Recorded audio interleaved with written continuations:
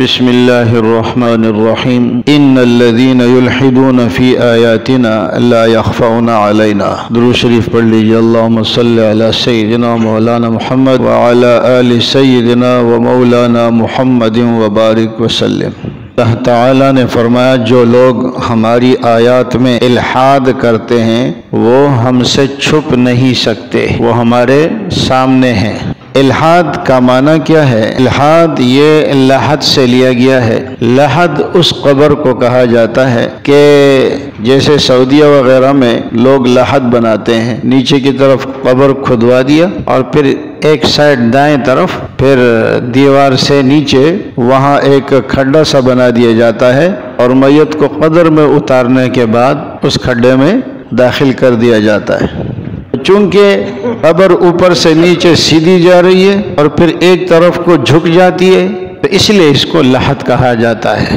اور الحاد کا معنی کیا ہے کہ اسلام اور شریعت کا ایک راستہ ہے، ایک شاہراہ ہے جو سب کو معلوم اور معروف ہے۔ اگر کوئی شخص اس شاہراہ سے دائیں یا بائیں طرف مڑتا ہے ہم کہتے ہیں اس نے الحاد کیا، یعنی راہ راست سے مڑ گیا، مسلمانوں کے طریقے کو چھوڑ دیا۔ تو ہر وہ قول اور وہ فعل جو اسلام کے معروف طریقے کے خلاف ہو اس کو الحاد کہا جاتا ہے۔ تو کفر کی ساری چیزیں الحاد میں آ جاتی ہیں۔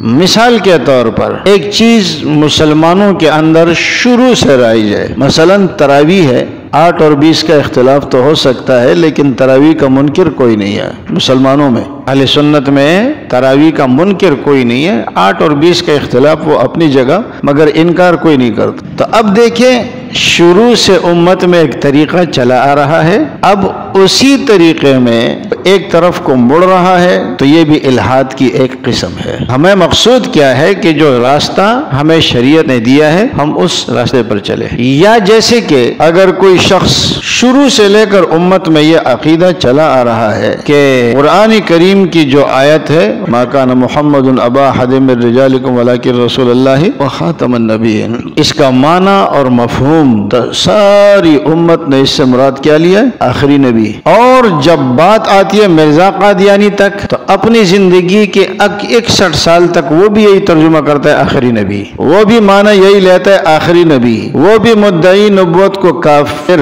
کذاب، دجال، مسیلمہ کذاب کا بھائی کہتا ہے۔ لیکن 1901 میں یعنی مرنے سے 7 سال پہلے اس نے کہا کہ خاتم النبیین کا معنی آخری نہیں ہے، اس کے معنی ہے افضل نبی۔ اب مطلب کیا ہوا؟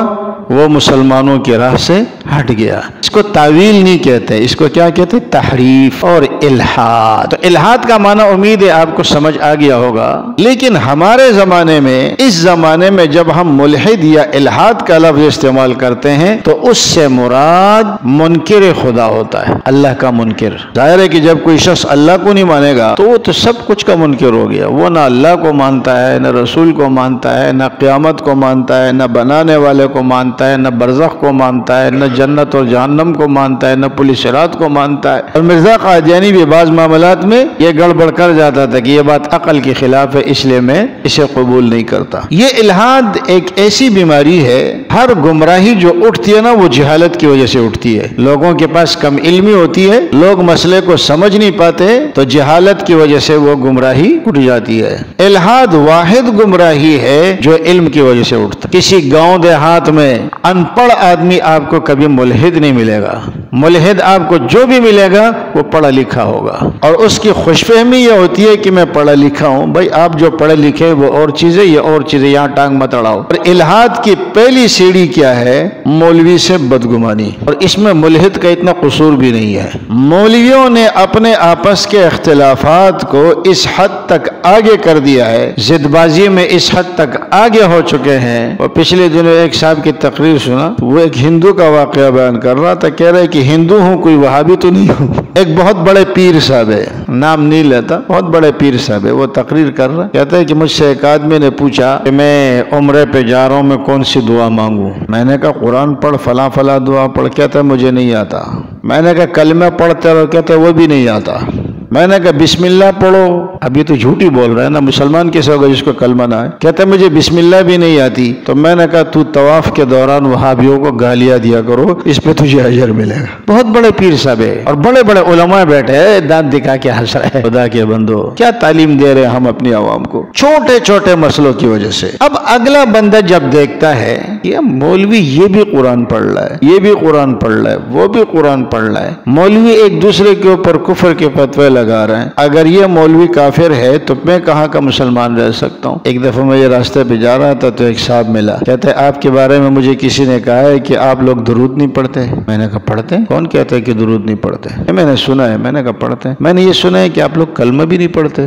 آپ لوگ کلمہ بھی نہیں پڑھتے, آپ لوگ کافر ہیں. واضح الفاظ میں کہا آپ لوگ کافر ہیں. میں نے کہا چلو میں آپ کے سامنے کلمہ پڑھ کے مسلمان ہو جاتا, اگر آپ مجھے کافر سمجھتے ہیں تو میں مسلمان ہو جاتا. تو میں نے کلمہ پڑھ لیا. کہتے اس نے یہ بھی کہا تھا کہ یہ کلمہ زبان سے پڑھتے دل سے نہیں مانتا. اب آپ مجھے بتائیں میں اپنے دل سے کیا تجھے دکھاؤں؟ عجیب بات ہے. تو جب رویے اس طرح ہو جاتے ہیں تو لوگ پریشان ہو جاتے ہیں. ادھر جاتا ہوں تو بھی کافر بنتا ہوں, ادھر جاتا ہوں تو بھی کافر بنتا ہوں, ادھر جاتا ہوں تو بھی کافر بنتا ہوں. لہٰذا چھوڑ دو ان مولویوں کو. اب مولوی ہاتھ سے چھوٹ گیا. اب ان مولویوں کو بھی احساس ہو چکا ہے کہ ہم نے امت کو کس راستے پر ڈال دیا ہے. اب ان کو بھی پتہ چل گیا ہے. اب ایک دوسرے کے پیچھے گھومتے اتحاد کرتے ہیں, لیکن پہلے ایک دوسرے کے خلاف اتنا گن پھیلا چکے ہیں کہ اب اتحاد ممکن نہیں ہے. یا تو اس وجہ سے ایک آدمی الحاد کی طرف جاتا ہے. مسلمانوں کے, مولویوں کے یا عام مسلمانوں کے جو رویے ہیں, ان رویوں کو مثال کے طور پر ہمارے لوگ جو باہر ملکوں میں, ہم پاکستانی جاتے ہیں, ہم کیا کرتے ہیں, ہماری وہاں پر کیا اوقات ہے, لوگ ہمیں کس نظر سے دیکھتے ہیں, ہماری حرکتیں کون سی ہے,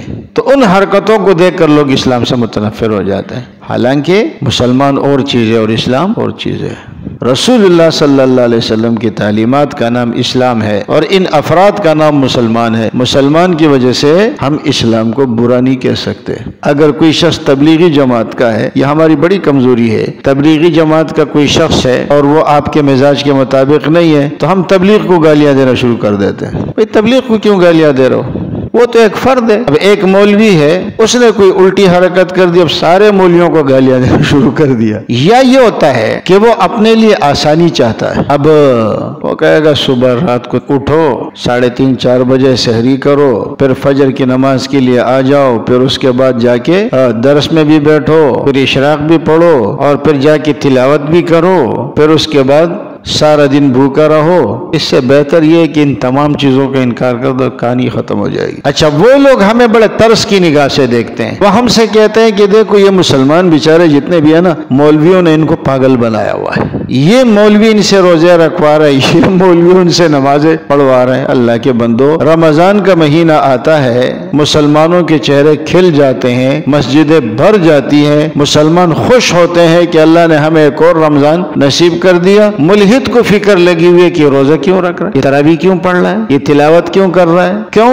وہ کہتے ہیں مسلمان ٹینشن, مولویوں نے لوگوں کو ٹینشن میں ڈالا ہے. قبر میں بھی عذاب ہوگا, جہنم کا بھی عذاب ہوگا, اور آگے بڑے بڑے مسائل تمہارے سامنے آئیں گے. لہٰذا ان چیزوں کا انکار کر دو, ٹینشن فری ہو جاؤ, اور گدھوں کی طرح کھاؤ پیو, اور تمہاری زندگی میں اور جانوروں کی زندگی میں کوئی فرق ہی نہ ہو. تو اب وہ یہ سمجھتا ہے کہ شاید اس انکار کرنے کی وجہ سے میں ان عذابوں سے بچ جاؤں گا. بچے گا تھوڑی. پھر چونکہ وہ مادر پدر آزادی چاہتا ہے, اور اس مادر پدر آزادی کی وجہ سے وہ الحاد کی طرف چلا جاتا ہے اور خدا کا اور ان چیزوں کا انکار ہی کر جاتا ہے. پھر ان میں سے ایک لوگ تو وہ ہے جو شک میں ہے, جن کو شاک کہا جاتا ہے. وہ نماز بھی پڑھ رہا ہے, روزہ بھی رکھ رہا ہے, عبادت بھی کر رہا ہے, لیکن شک کر رہا ہے. دوسرا وہ ہے کہ جو شک میں نہیں ہے, وہ ملحد ہے, لیکن اس کو حق کی تلاش ہے. اور یہ یاد رکھیں, جس ملحد کو حق کی تلاش ہوتی ہے نا, تو وہ فوراً اسلام قبول کر لیتا ہے. اور تیسرا وہ ہے کہ جو داعی بنا ہوا ہے اس کلٹ کا, تو اس کو آپ کتنی بھی کوشش اور محنت کریں, وہ الٹا آپ کو کوسے گا. بھلے بات سمجھ بھی آ جائے, لیکن وہ آپ کی بات کو مانے گا نہیں. باقی ملحدین کے اشکالات اور اعتراضات انشاءاللہ آئندہ, اللہ ہمیں عمل کی توفیق نصیب ہو.